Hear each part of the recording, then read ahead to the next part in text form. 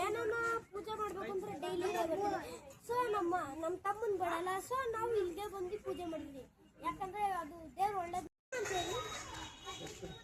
ಇದು ಹಳೆ ಜಾಸ್ತಿ ದೇವಸ್ಥಾನ. ಏನ ಕಾರ್ಯಕ್ರಮ ಇದ್ರೂ ನಾವು ಇಲ್ಲಿ ಬರ್ತೀರಿ, ಈ ದೇವ್ರನ್ನ ದರ್ಶನ ಮಾಡ್ಕೊಂಡೆ ಮನೆಗೆ ಹೋಗಿ ಅಲ್ಲೂ ದೇವ್ರ ಪೂಜೆ ಮಾಡ್ತೀವಿ.